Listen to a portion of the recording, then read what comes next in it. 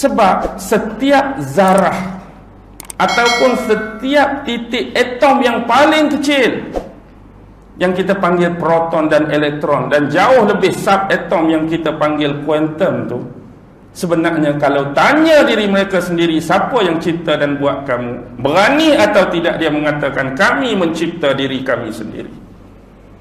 Hatta sekecil zarah, atom, subatom, tahap kuantum pun mereka dicipta, bukannya mencipta. Apatah lagi meja yang sebesar ini, pokok kayu tadi, dia memerlukan mekanisme pelaku untuk ditebang, mekanisme pelaku untuk dicantas, dahan dan juga ranting, memerlukan mekanisme pelaku untuk belah kayu ni, membentuk kayu ni, paku kayu ni, skru kayu ni, bentuk kayu ni, sampai jadi meja. Apatah lagi perkara lebih besar daripada meja, nak buat kereta. Keluar besi sendiri ustaz, saya duduk berjalan, keluar besi sendiri, kerek-kerek, lebih kurang macam transformer lah jalan dia, tiba-tiba jadi kereta. Siapa nak percaya? Kereta dibuat, kapal dibuat, tu dibuat, hani dibuat, semua dibuat, ada pelaku dia. Bahkan lebih jauh sebelum kehadiran pokok sebesar ini, sebelum tunas dia masih kecil pun perlu pelbagai sumber untuk menghasilkan dan menciptakan dia. Bayangkan pokok hak kecil nak jadi besar, perlukan sumber air untuk hidup. Air pun kebetulan ke?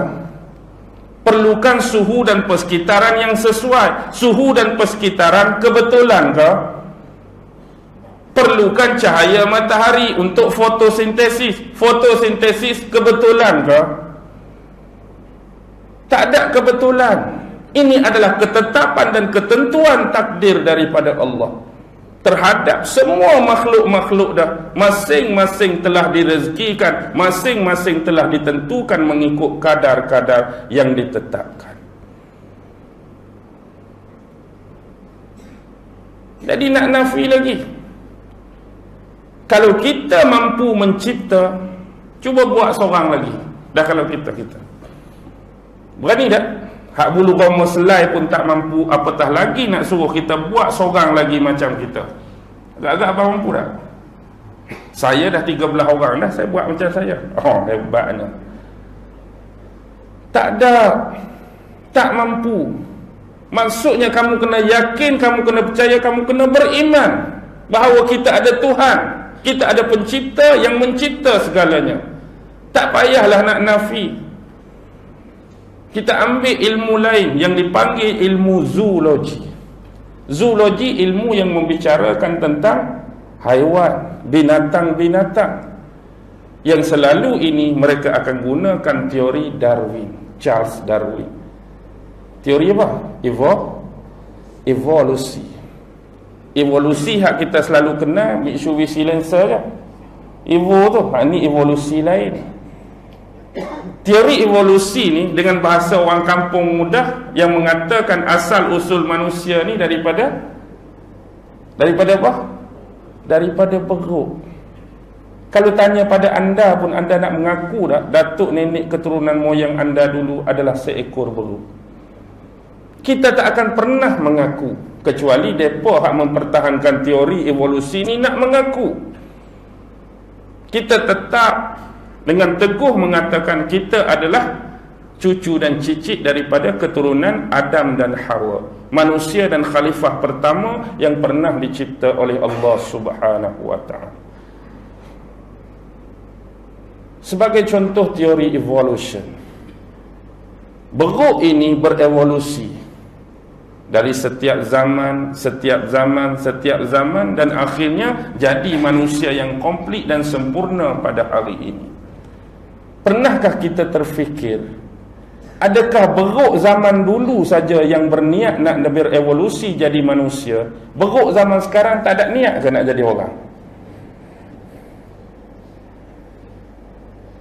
Beruk dulu, kalau boleh duk tengok orang ni seronoknya, rasa nak jadi, rasa nak berevolusi jadi orang. Beruk hak adalah ni tak ada tu kan? Satu persoalan ialah bila beruk jadi orang, beruk tak pupuh-pupuh. Pasal apa?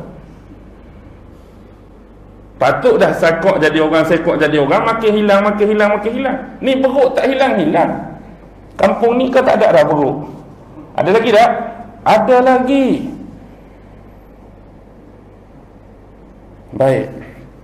Untuk kita bahas secara mendalam, teori evolution setinggi mana pun, dia tak akan pernah mampu untuk mengubah asas genetik yang ada dalam setiap haiwan ataupun binatang yang Allah ciptakan. Perkara asas yang kita tak boleh terima ialah benda-benda paling besar, bulu yang lebat, taring yang tajam, kuku yang panjang, dan paling tak masuk akal, kita kehilangan benda paling asas, di mana hilangnya ekor hak panjang tu sampai kita langsung tak ada hari ni. Kuku hak panjang jadi macam ni, okeylah, hang nak bincang sangat. Bulu hak lebat jadi lagu ni, okeylah, hang nak bincang sangat. Tapi hak paling payah sikit, ekor sepanjang-panjang tu jadi tak ada terus ni, payah. Ada lagi, ada tinggal, ada lagi ustaz. Adik-beradik saya 2 inci lagi ada, hak dulu-dulu. Ada lagi tak? Tak ada. Sorry to say lah. Hak ni benda yang paling payah dari sudut gen dan mutasi, nak berubah jadi hilang terus. Hak jadi jalan bongkok dengan 4 ni terus boleh berdiri tegak. Kita tak pernah menolak unsur morfologi dan sosiologi dalam masalah ni. Apa dia morfologi? Morfologi ni dia sama dengan metamorfosis lebih kurang. Benda yang dari satu bentuk rupa lain tiba-tiba dia bertukar jadi rupa lain. Hak ni ada contoh, ulat beluncah duduk metamorfosis, duduk morfologi dalam kantung dia keluar jadi apa? Rama-rama. Beza jauh dah. Kalau orang tak pernah tengok, dia kata, oh ni lagu ni tiba-tiba boleh terbang. Hak ni merayak saja. Memang berlaku. Itu bukan evolusi, itu metamorfosis, itu morfologi. Ada lagi jentik-jentik. Tengok jentik-jentik, tak sangka hadut dalam ayat, tiba-tiba boleh terbang. Apa dia? Nyamuk jauh beza. Tu metamorfosis, tu morfologi. Itu kita boleh terima. Tapi kalau nak main dengan teori evolusi, kita perlu bertanyakan kepada ulat beluncah. Kalau kamu nak bermain dengan evolusi, ulat beluncah, kamu metamorfosis dalam kelompok, jangan keluar jadi rama-rama, hang keluar jadi pepatung. Agak-agak boleh ke tak? Agak-agak boleh tak? Ulat beluncah tadi, asyik rama-rama, aku nak buat pembaharuan, aku keluar lepas ni jadi pepatung. Mampu atau tidak?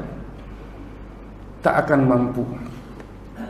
Ataupun nyamuk, lepas ni asyik jadi nyamuk, aku nak keluar jadi kumbang pula. Agak-agak jentik boleh jadi kumbang ke tak? Tak akan mampu. Ataupun seekor nyamuk yang ada belalai bercinta dengan badak air betina. Nyamuk hak kecil ada belalai bercinta dengan badak air betina. Akhirnya kahwin. Hak keluar hari ni tu gajah lah ustaz. Hak besar gajah tu ikut belah mak, badak ayah. Hak ada belalai tu ikut bapak dia, walaupun kecil ada belalai. Boleh terima ke tak? Boleh terima ke tak? Sorry to say, terlalu rumit untuk kita memperkatakan tentang mutasi dan genetik. Sukar untuk kita mempercayai teori evolution, teori evolusi ini. Payah. Dari sudut sosiologi mungkin boleh berlaku, macam isu kes Tarzan. Biarlah kita terima isu Tarzan. Bapak mati, mak mati, dia terjatuh dalam hutan. Siapa yang jaga Tarzan? Gorila. Akibatnya bila budak ni besar, gaya berjalan pun macam gorila. Sebab dia duduk bersosial dengan gorila, tak kenal orang lain. Cakap pun biasalah sosiologi dengan benda tu. Walaupun dia makan sama dengan gorila, berjalan cara gorila, berkomunikasi cara gorila, dia mati umur 70 pun dia jadi gorila ke jadi orang masa mati? Ustaz, sebab lebih 50 tahun gorila duk jaga, dia mati jadi gorila, bukan orang. Boleh percaya ke tak? Tarzan mati sebagai gorila ke sebagai orang? Tetap sebagai orang.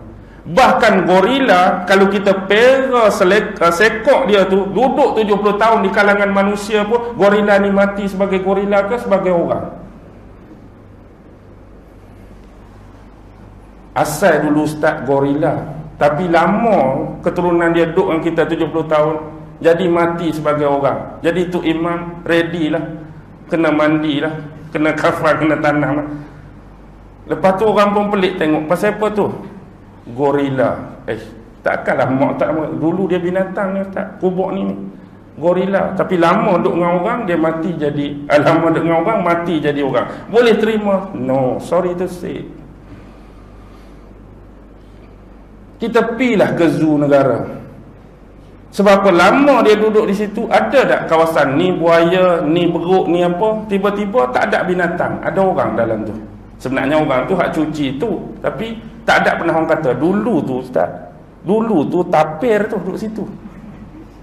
Mana tapirnya? Itulah ada cuci tu, dulu dia tapir. Sebab lama mari duduk berkomunikasi dengan orang, duduk tengok hari-hari, tapir tu jadi orang dah.